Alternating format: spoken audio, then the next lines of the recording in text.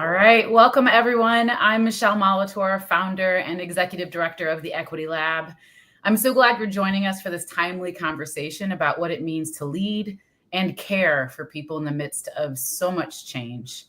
In this moment of ongoing transition inside our organizations and across the world, leaders responsible for people and culture are being asked to hold so much clarity, calm, care, and direction. It's a tall order, and many are doing so while navigating their own exhaustion, uncertainty, and resistance. Today's conversation isn't about toolkits or quick fixes. It's a chance to pause, reflect, and remember. Care isn't extra, it's essential. So together we're going to be exploring some big questions like, what does it really mean to care for your people in this moment? How do we lead culture when we're navigating uncertainty ourselves? What's the difference between performative care and care rooted in justice and sustainability? You're going to be hearing from two incredible leaders who I deeply admire and care so much about, and not just for their brilliance, but for their honesty, their humanity, and the way that they lead with heart. So Kelly Doss has spent her career walking alongside people and communities, navigating trauma, healing, and liberation. She brings a powerful mix of directness, compassion, and clarity to her work. Welcome, Kelly. Thank you. Monica Vasquez is a lifelong educator and systems leader whose values show up in everything she does, from mentoring leaders to redesigning policies to centering care, which often gets overlooked. And so welcome, Moni. Glad to be here. So good to see both of your faces too. And both Kelly and Moni happen to be alum of cohort 1 of Nexus, one of our fellowships. And so it's really nice to get to spend this time with them from that perspective. I'm even wearing my Nexus reunion t-shirt just for this occasion. Hey, you should have told me. Of course they did. But a lot of what we're doing today is really thinking about reimagining what equity, sustainability, and collective care look like in practice. Both Moni and Kelly's insight is rooted not just in the roles they've held, but also just in how they've lived out these questions over time. And so we're kind of grounding in this mindset of 3 big things. So care is not a bonus. It's a core competency. Culture is not a program. It is how we show up. It's how we live with each other every day.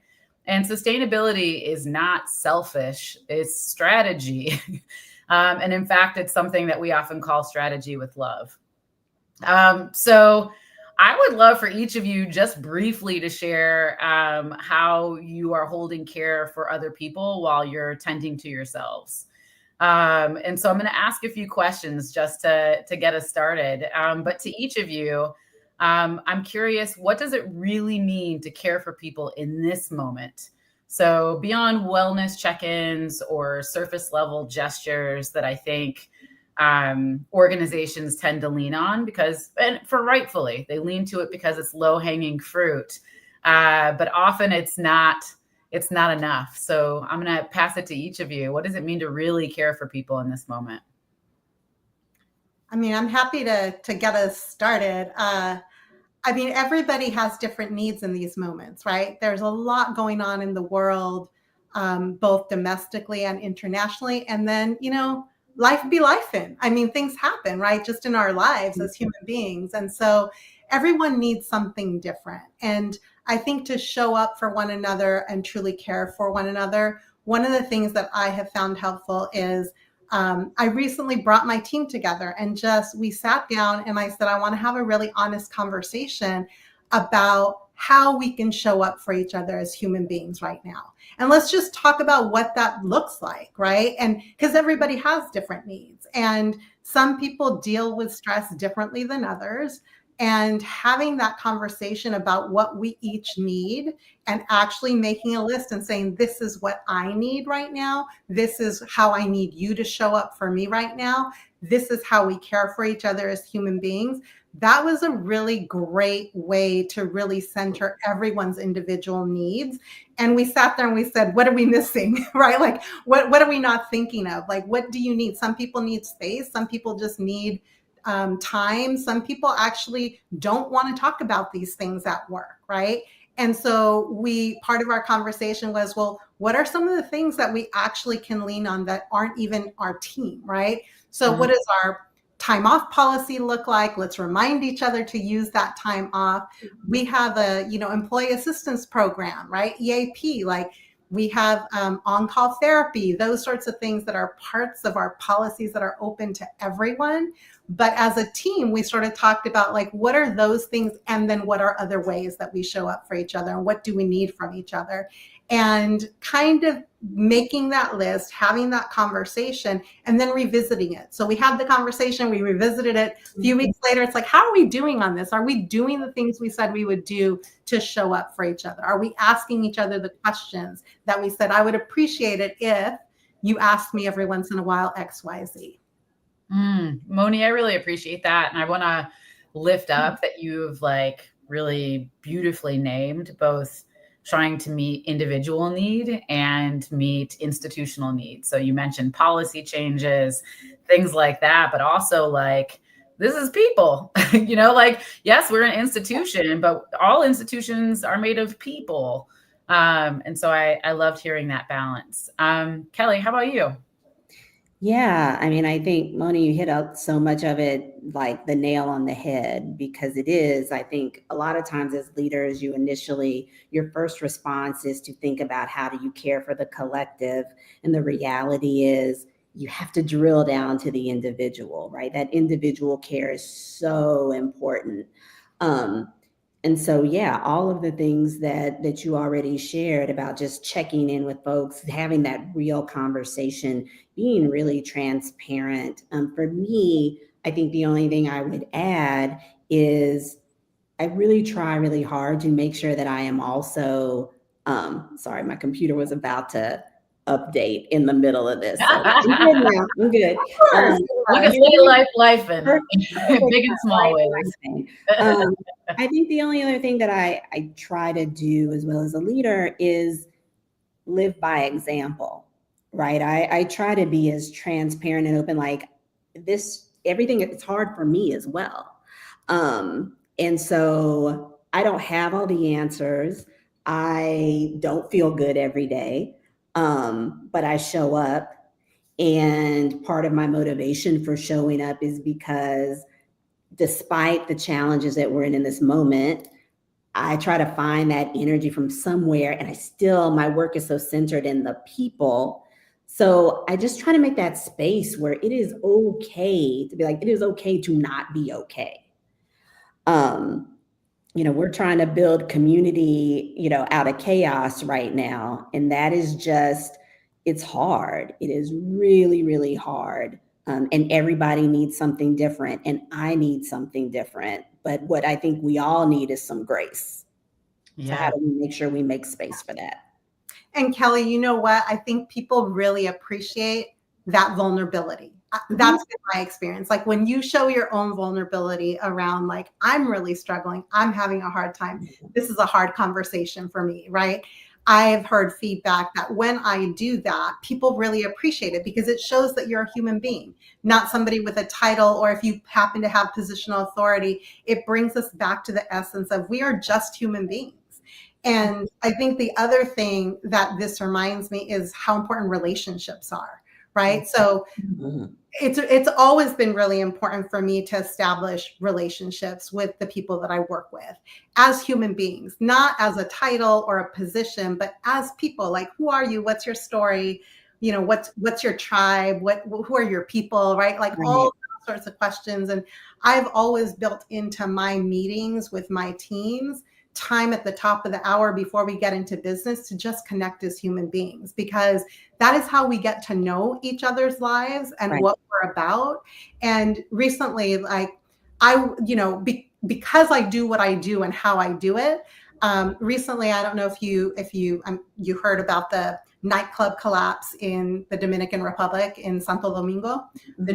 I happen to have a staff member on my team who's from the Dominican Republic. And as soon as I woke up and saw the news, the first thing I did was I sent a Slack message and I said, hey, I'm watching the news. I'm seeing what's happening. Is your family okay? What do you need? Right. And I wouldn't know that about this individual if I didn't take time to really nurture relationships as human beings, not as colleagues, not as workmates, but as human beings. That's right. Yeah. Y'all are both saying a whole word, because I think about how we work with so many organizations and they're like, but we don't have time.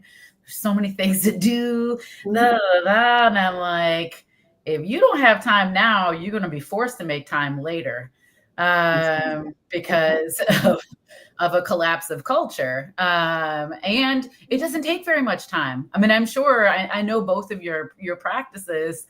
It doesn't take a tremendous amount of time to humanize a meeting. We're people entering a space together. Right. Yeah. So thank you both. And I want to name, we're running organizations, right?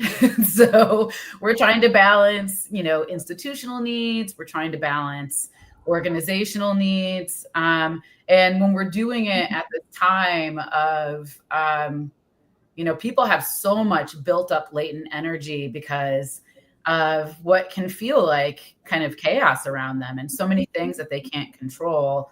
And simultaneously, again, we're running organizations. And so maybe a hard follow-up, but I'm curious, can you share how you've tried to balance empathy and accountability in your leadership? It's a good question.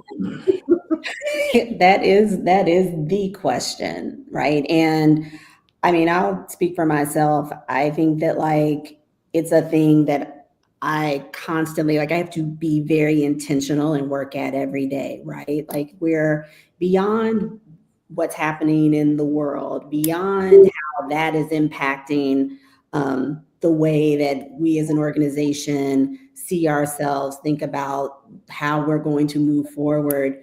We're also, I mean, reading partners like other organizations, we're at a point where we were already in that evolution point. We were already planning to undergo a lot of change in the coming year. And so, I have had to have really hard and tough conversations with people about the future, what it means for them as individuals, what it means for them as their teams, what it means around sort of the uncertainty of what's next. And both understanding that, and mind you, with mixed sort of feelings from the people who are on the receiving end of these conversations, right? And Moni, you understand this probably all too well. When you sit in a leadership seat, even no matter how much empathy and understanding I have and how much I care about people, oftentimes I am viewed as the enemy. And so I am viewed as the source of their unhappiness and frustration when you go into those conversations. And so I have to be understanding. I have to remember what it was like. I've been in that seat. I remember back in the day when, the person who would have been the chief talent, anything, that was the man and I am the people, and, they don't understand, and never the two shall meet. And then you sit in a leadership seat and then it's like, oh man, I am the man in this instance. And yet I have to, again, not only, we talked earlier about humanizing our staff folks and the people in our organization.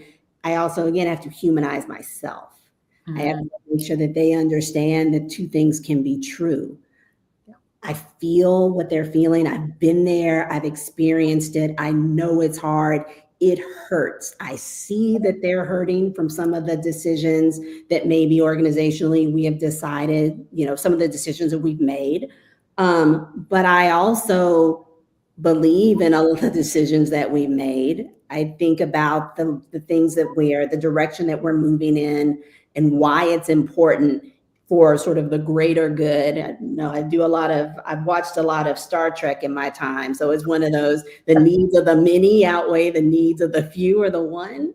But it doesn't make it easy. And so, and at the center of it all for us are students. Mm-hmm. Whatever this thing is whatever changes we're going through, at the end of the day, it has to meet the needs of students. That's who I'm most accountable to. And I also have accountability and empathy for the folks who are on our staff and a part of our team. So. Yeah. Thank you. Yes, Kelly. Yes, yes, yes, yes to all of that. And I would just add a couple of things that have been helpful for me.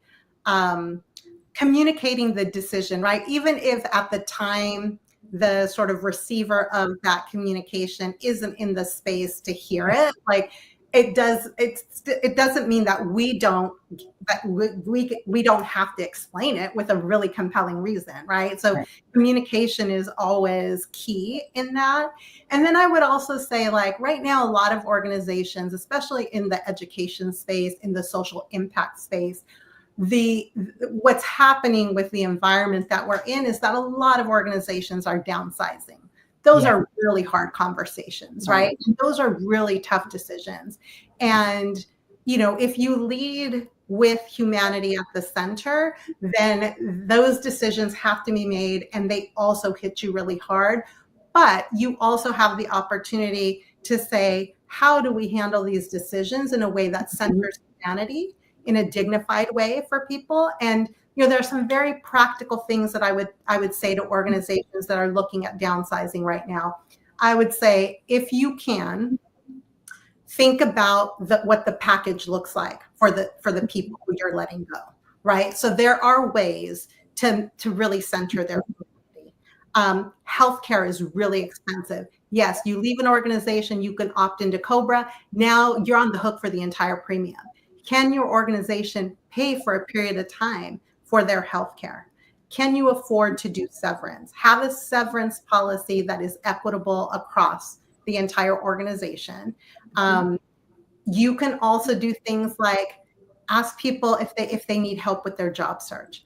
Create a resume book. Pay, if you can, pay for a short-term being on LinkedIn Premium, or to have a headhunter, or any of those things, to create a package that really centers the humanity of the people who, you have to make the decisions that you have to make, but it doesn't mean that you don't have the opportunity to care for those people and show them how deeply this decision is something that you have thought long and hard about. And if you could avoid it, you would have, but you can't. And so you want to take care of them. That's super important, I think, especially right now, because there's so much of that going on. And then the other thing at sort of the institution or systems level that I have found really helpful is it's the Bridges framework, the Bridges transition framework. I don't know if you're familiar with it, but it's basically like, there's 3 phases to it: red, yellow, green. Red is the change happens and there's a loss. And it's okay to go through the loss and the feelings of loss and doubt, and you have to make space to grieve all those feelings, right? Like, there's a big change. We're letting go of something. I have feelings about that. I'm angry. I'm cautious. I'm skeptical. I'm resistant. Like, all of that happens in that red zone of like the loss and doubt when something ends, when there's a change in the ending. Then there's the neutral zone, which is the yellow zone. And so as the institution, as a system, make space for the red zone, and then like shepherd your folks through the neutral zone, which is like, okay, now it's sunk in, like this is real, the change is here. And so I might feel confused, I might feel anxious and uncomfortable, but then that should give you the opportunity to be creative. This is the discovery phase. The neutral phase is where you start to imagine, like, okay, if this is change, what hasn't changed? We're still about kids, right, Kelly? Like, everything we do is about kids. So like, that hasn't changed. So how do we harness that, like all of that discovery, to actually define whatever that new beginning is, which is the green zone, like what happens after the change, right? So, and I believe really strongly that neutral zone, that's where you bring everyone's voice into the conversation, because we're all impacted by the change. Whether you're an executive leader, a middle manager, or an entry-level employee in an organization, we're all affected by the change. So let's create the space for the loss, the doubt, the grieving. Let's create the space to then be creative, move through those feelings, be creative, and define the new beginning based on the things that haven't changed, the things that we care about, our values, and what we stand for. Yeah. Moni, I love everything you just said. And it brings to mind sort of two things for me. Number one is you were talking about change. And it's something that, again, as we are in organizations that are undergoing a lot of change right now, we are talking a lot about change management and change leadership and all of those pieces. And I think the only other piece to that sort of stands out to me is this idea of, once you go through that grieving process, how do you find the opportunity in the change that has happened, right? I think that, initially people feel all of the things. I feel all of the things. Like, everybody is undergoing, like, it is traumatic sometimes, the level of change that happens in organizations. And yet that change also presents opportunity to be better and to do better. And so if you harness the power and the voices of the people in the organization and the leadership in this moment, I see us being a better organization on the other side with work and intention and time. We get there. It's not an immediate thing, but if we are all focused on that, I definitely see a real opportunity here.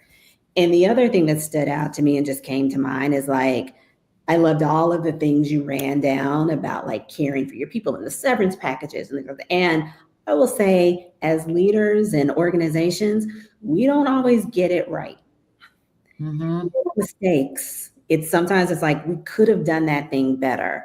And I think, how, as leadership teams, leadership bodies, et cetera, how do we actually come back and then really reflect on, like, sometimes you have to do, like, you got to do the analysis or the autopsy after the fact and be like, okay, this thing we did really well, this thing we didn't. And we need to acknowledge when the missteps happen, because people see it, they feel it, and they wonder if you are absolutely clueless to this thing and how it was rolled out or what you didn't do. And we just have to go back. Like, this is part of the learning in order to be a better organization. Yeah. And I think, Kelly, you have to name it, right? Like, sometimes we do the reflection, but then we don't go back and name it. And that's a misstep. I think people really appreciate when you acknowledge, like, you know what, we messed up. I messed up. I've had to do that. Like, I messed up. Like, yeah.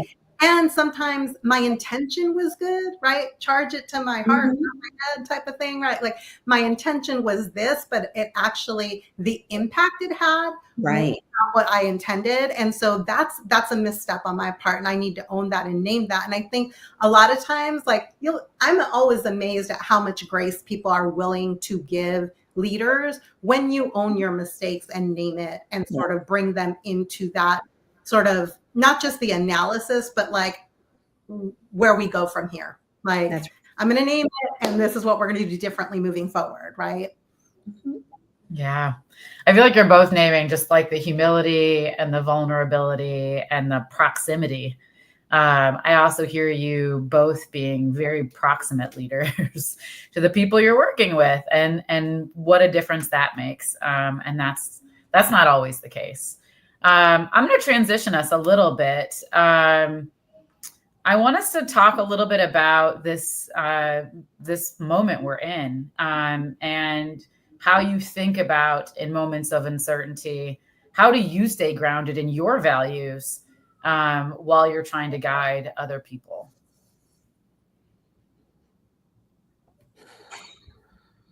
Doing this. Honestly, I feel like a big part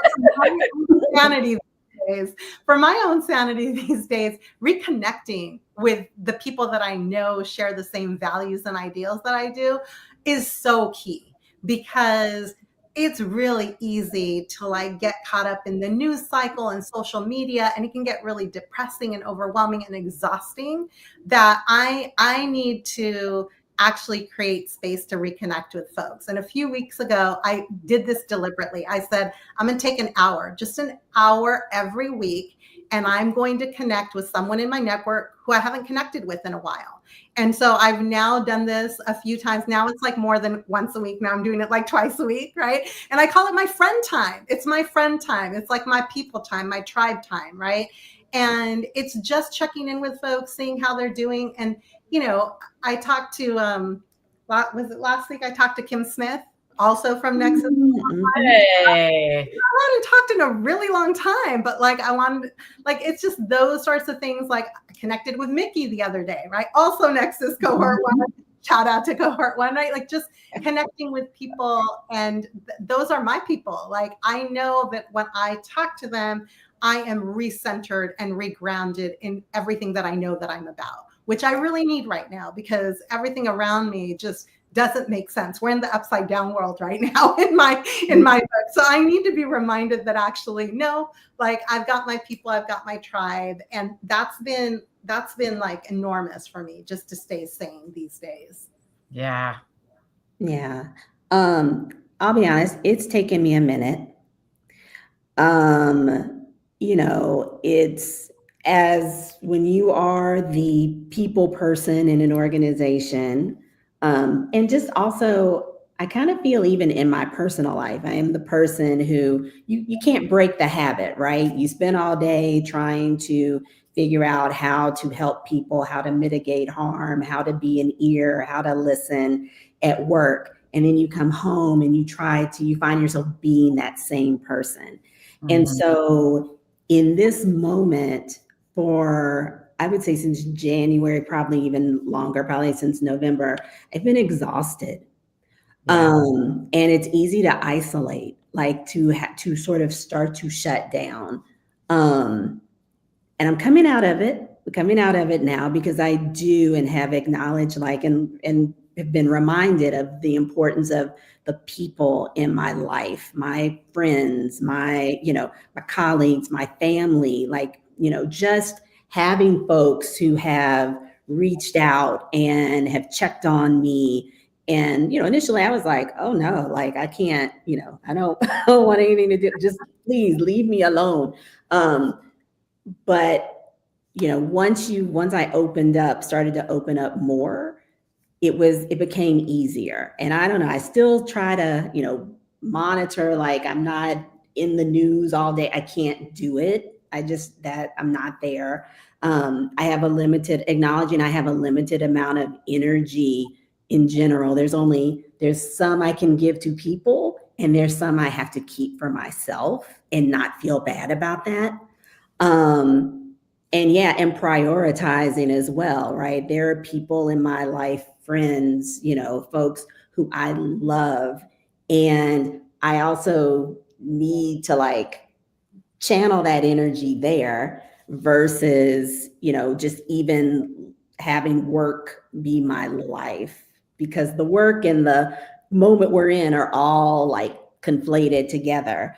And so it is, I'm a work in progress on that. But I think in the end, it's not just, I feel like it's shaping me to be not just a better leader, but also just a better human for myself. And so, yeah. And Carly, I think you bring up a good point, because not everybody gets that energy and that like centering from other human beings, right? Like not everybody is like that.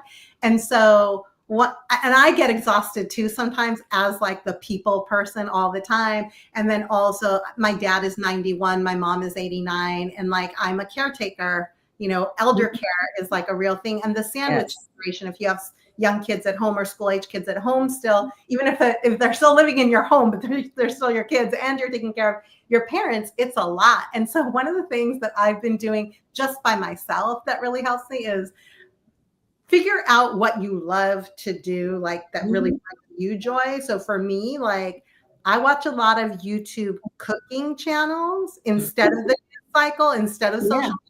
let me watch a video of cooking con Claudia because I love her stuff, right? Like I'm like, oh, and then I'll get excited to like try a new recipe. And I also love crafting. So I have like people that I follow crafting, cooking, and camping. Those are my 3 things. And they're all C words. I don't know why. I love alliteration, but like I will watch a video by myself on YouTube rather than watching the news or being on social media. Yeah. That way I also don't have to interact with anyone. Yeah, I'm a little bit of a headlines person, I think, on some of this stuff right now. Mhm. I'm with you. I think that there's such a, I often describe it as like this, life necessitates this like dynamic equilibrium that's constantly trying to like readjust. And I feel like this time is calling us to this like profound readjustment. And it Yes. hurts. It hurts. And I think, and both of you talked about this in different ways earlier, there's just this opportunity for like this beautiful reimagination of things. And so, but the day by day thing really resonates with me. And I feel like, I would say probably since January for me, I've been really focused on like, oh, like I have to up my joy quotient. Like it can't be like where like maybe my joy quotient could have been at like 20%, and that makes me feel joyful normally in normal circumstances. That ain't going to do it right now. So I feel like I'm up at like 50-50, maybe 60-40, depending on the day. But I really appreciate that. And doing stuff like this, getting to talk to y'all, it's just been, just the practice of reconnect. One day I was coming home from work and I had driven to the place and I just was like, I'm just going to call people that I haven't talked to in a while and just tell them I love them and how are they and what are they up to? And it was totally random and probably half the people didn't pick up, but like the number of texts I got later being like, oh my God, thank you. So yeah, I think all of the ways that we have to do to recenter our joy is critical right now. Yep. As you think about culture and what it means to lead intentionally in this time, we're getting a lot of outside pressures.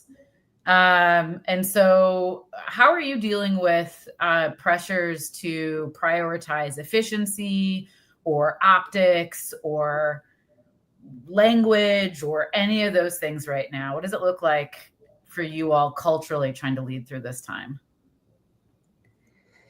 Yeah, it's hard. It's definitely hard.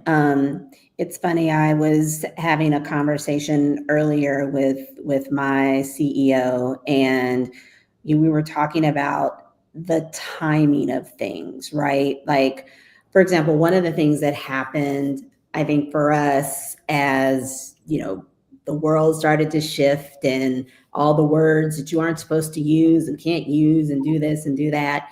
And I think, we were, while all that was happening, we were also in a moment of about to roll out like these big sort of like strategies around DEI and culture and everything else.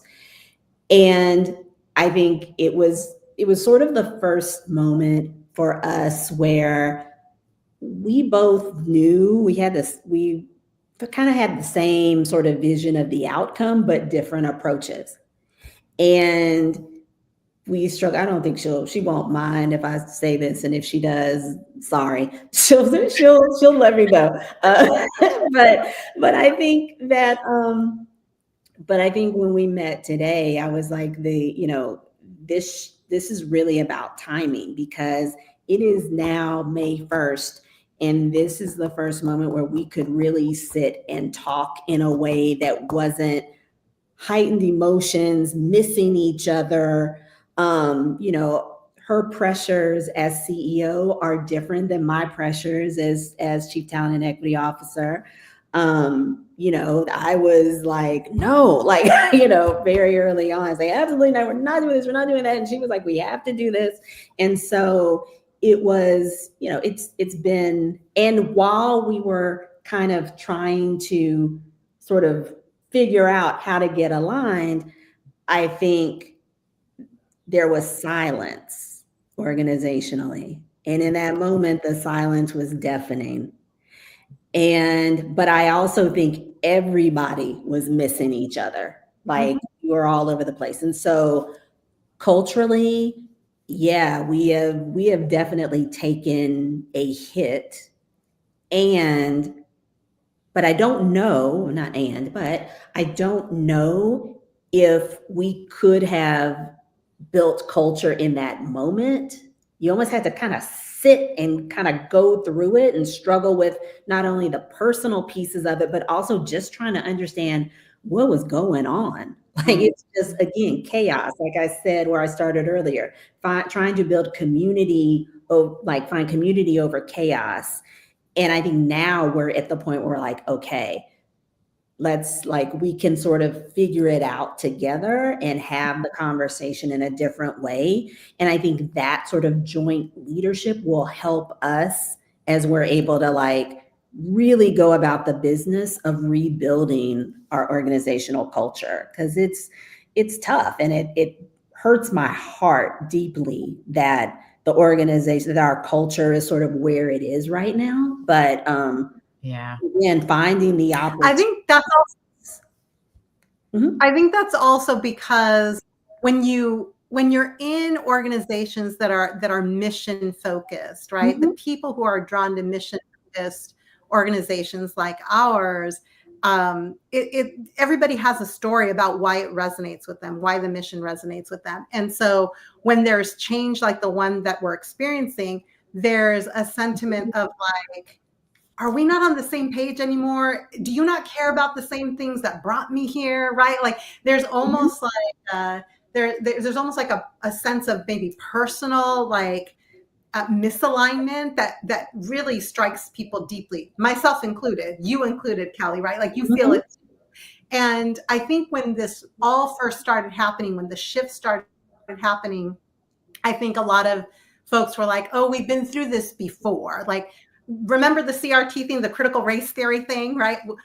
That was a little, we had some of the same thing, like, okay, let's change language, but the work will stay the same, right? And we're going through that now. We'll use different language, but the work is staying the same. But it does feel different from when the CRT that was a few years ago with CRT. This feels different. Like CRT really did feel like, well, we'll just change the words, and we're not doing critical race theory. We're actually doing culturally responsive teaching is what we're doing, not critical race theory, right? Same acronym, but it's actually different.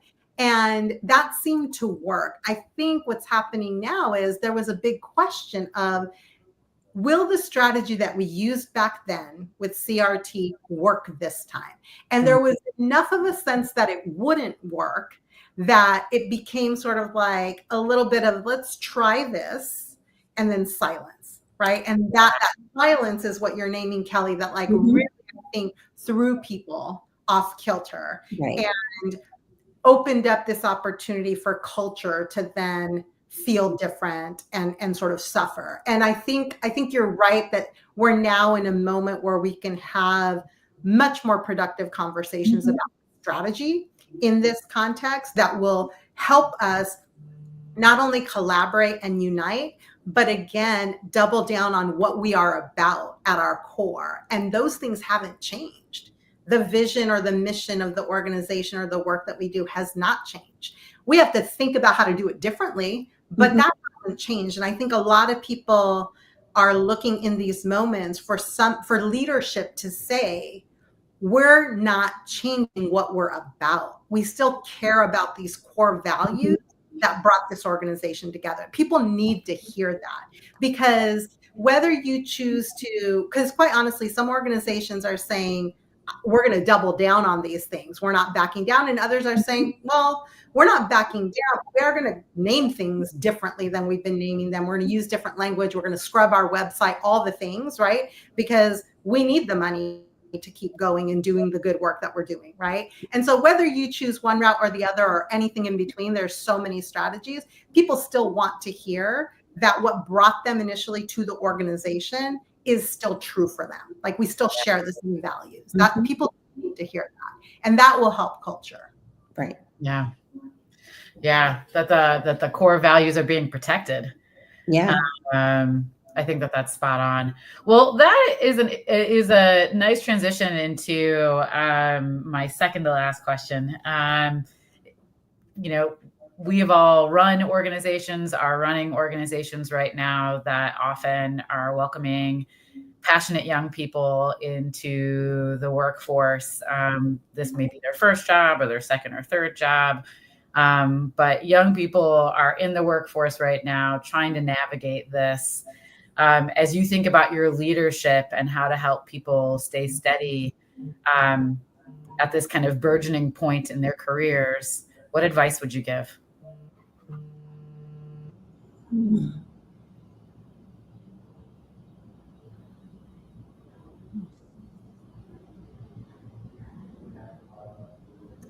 That's such a good question, Michelle. I feel like the first thing that comes to mind is I'm so glad for the folks who are coming in, because those of us who have been in it for 3 decades plus, we're tired.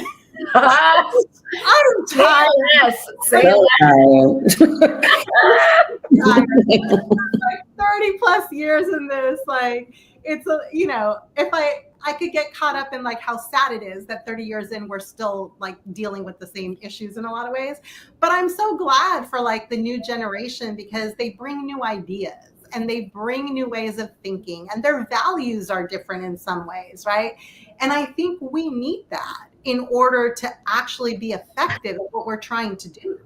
And so that's the first thing that comes to mind. The second thing that comes to mind in terms of advice, I mean, I would just tell this new generation that like what they are feeling, like they know what they're about, right? They know what their values are. They know why they want to be in this moment with us doing the work that we're doing. Like, don't ever forget that. Like, double down on that, lean in on that, cultivate that, nurture that. Find your people that will always help you feel that kind of clarity about those things, because that is what's going to get you through the tough times. I love that. Yeah. I love all of that too. And I would say keep fighting. Like, one of the things that I love about, you know, sort of this generation that is kind of this new generation, next generation of leaders, is the fighting spirit.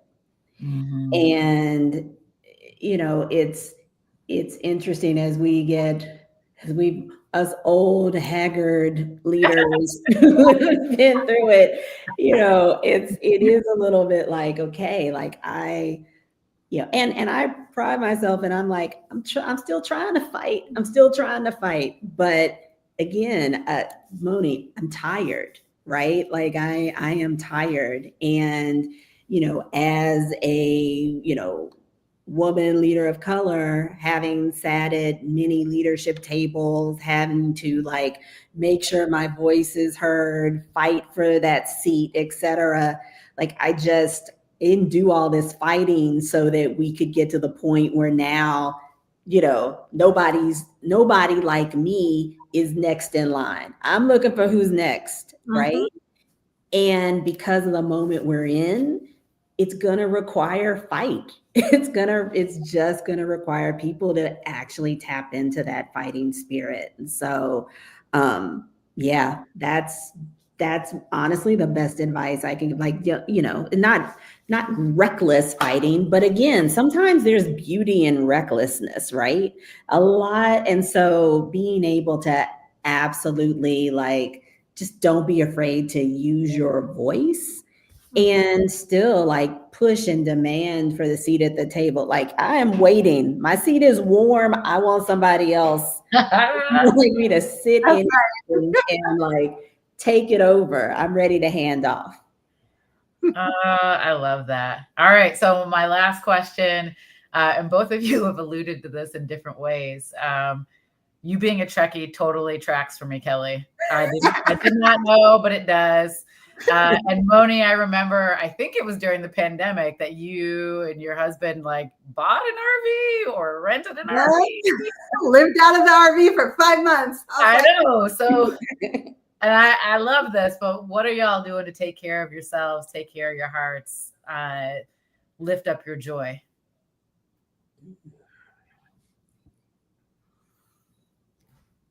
I mean, I cook, I camp, I craft. And actually, there are moments, honestly, there are moments where, like yesterday, I said in the middle of the day, I am going to go do some grocery shopping for my mom and dad. And like I said, my dad's 91, my mom is 89.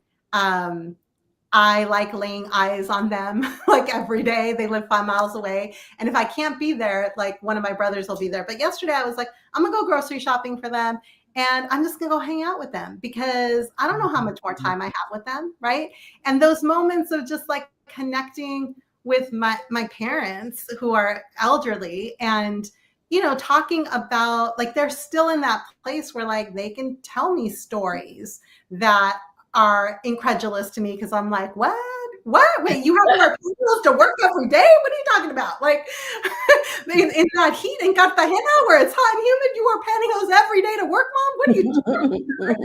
I love those moments where I can just like hang out with them and like talk to them. And so that is one of the things that I do more of these days, I think, than I used to. I love it. Yeah.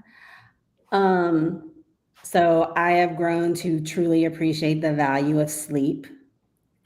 I love to be in my bed. Not gonna lie. I am in a sort of a moment of how many different pajamas can I just pajama wardrobe at this point, and let me get in my bed and chill out. I like to go to. I've also found the power of dance. So like I'll go to a Zumba class. I'll go to a jazz. Like I will do dancing and just sort of the freedom of it. It really has sort of helped to like ground me. But I have to. I get a little though distracted. So if I miss a class, then I'm like, oh God, then it makes it easier to miss the others. So I'm just like, stay in a routine, be focused, go do, because you feel so good afterwards. Yeah, just the connection with reconnecting with friends, like I said, coming out of my hole now so I can spend time with people. Yeah, just I'm relearning the power of love and love of people and friends and family and all of that. Like really just tapping into love is really sort of fueling my engine. Yeah. There's nothing like, Kelly, to your point of like your bed and sleeping, like there's nothing like just taking a moment and doing nothing. Like sometimes I'll just sit on the couch with my husband and have a glass of wine and pet my dogs. Like that's right. Way out of that. Like that's right. This whole notion of I had a conversation with a friend the other day and she was like, I can't relax because it makes me feel lazy. And I'm like, there is nothing wrong with being lazy sometimes. Like resting, relaxing, like you've earned it. You work hard. You give all you have all day, every day. No pressure. Put your pajamas on. Go to bed. Go to bed. Do whatever it is. It's okay. It's okay. I'm not going to feel guilty about that anymore. I love it. So I'm going to leave us with this idea. I love this idea of tapping into our love and tapping into ourselves. So a few questions to carry forward for everybody who's tuned in with us today. So what's one way you can embody care more intentionally in your leadership this week? Which part of today's conversation resonated most with you and why? And what's one shift you want to make in how you show up for your people or your team? These aren't rhetorical questions. Just sit with them, let them roll around for you, and let them guide how you move forward. And, overall, I just want to thank you for being with us today. If you're someone who holds space for other people, formally or informally, I hope you felt seen and grounded in this space. Care isn't just a nice to have. It's the foundation for everything else. So let's keep showing up with intention. Let's keep building cultures of care, not as a side project, but as a strategy for real sustainable change. And if your team is wrestling with these questions and wants partnership, coaching, or facilitation, we're here. The Equity Lab supports organizations in building people-centered practices rooted in justice, belonging, and love. So until next time, take care. Take amazing care of yourselves. And it's been such a pleasure. Kelly, Moni, what an absolute joy to connect with you today. You've made this like entry into the weekend just amazing. So thank you. Thank you for having us. Yeah.